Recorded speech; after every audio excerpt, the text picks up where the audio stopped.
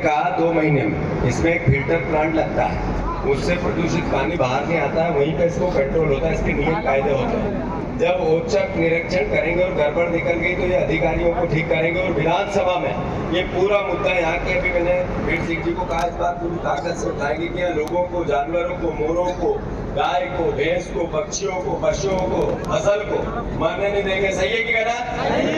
ये कर और बता बंद नहीं हो सकती सर।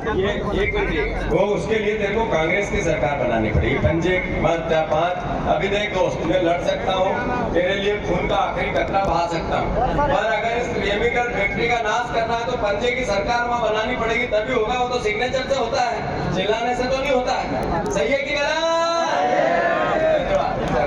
एक बात और